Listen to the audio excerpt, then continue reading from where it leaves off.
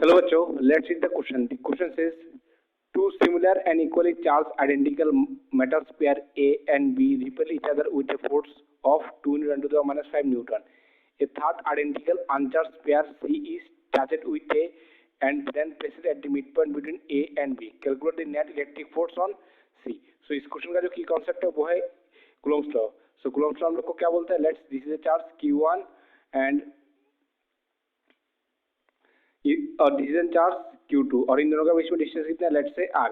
So according to Coulomb's law electrostatic force acting between the two charge particle क्या होता है? F. Electrostatic क्या होता है? K Q1 Q2 by R square. मतलब ये दोनों चार्ज एक दूसरे को कितना वर्ष से रिपल्स कर रहा है? K Q1 Q2 by R square.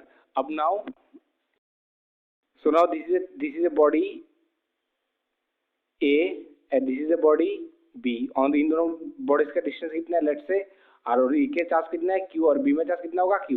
So repulsive force कितना होगा?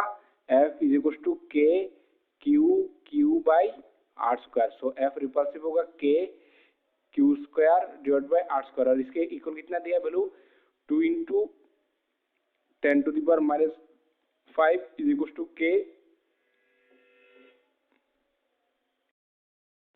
K Q square by R square. Let's say this is equation 1. So अब नाउ क्या किया उन लोगों ने कि a third identical uncharged pair C is charged with A, then placed at the midpoint between A and B. Calculate the net electric force on C. So now जब let's say this is a body A और this is a uncharged body C और इसमें A के charge कितना है? Q. अगर हम A और C को एक दूसरे के साथ टच करेंगे तो क्या होगा?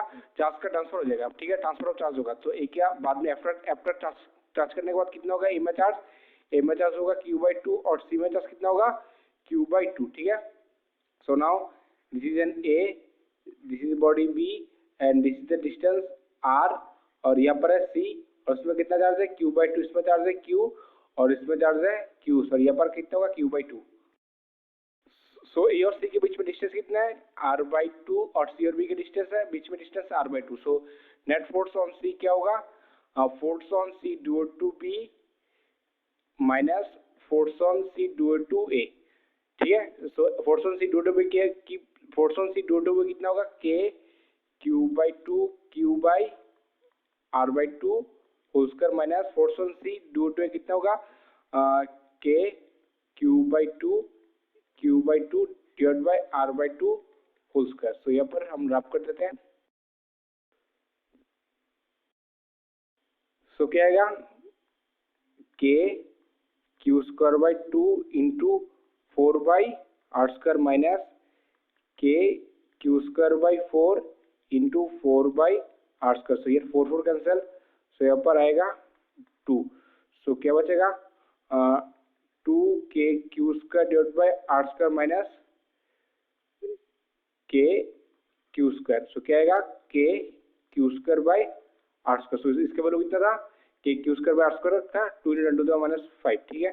सो 2 × 10⁻⁵ न्यूटन. सो C के ऊपर नेट फोर्स कितना लग रहा है? 2 × 10⁻⁵ Newton. So I hope you understood it well. Best of luck.